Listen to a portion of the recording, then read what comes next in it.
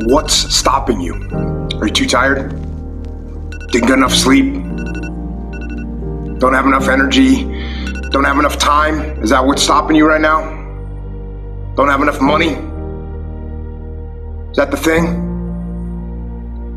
Or is the thing that's stopping you, you? Excuses sound best to the person that's making them up. Stop feeling sorry for yourself. Get off the pity potty.